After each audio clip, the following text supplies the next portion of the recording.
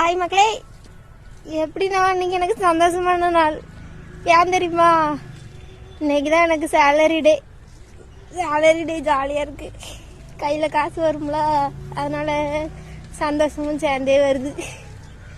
இந்த நான் நேற்று வச்சு விளாண்டுட்டு இருந்தோம்ல, இது சும்மா விளையாடுறதுக்கு மட்டுமே நம்ம யூஸ் பண்ண முடியாது.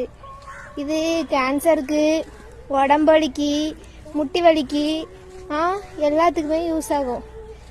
இது அதுக்கப்புறம் சுகர் பேஷண்ட்ஸ்க்குமே யூஸ் ஆகும்.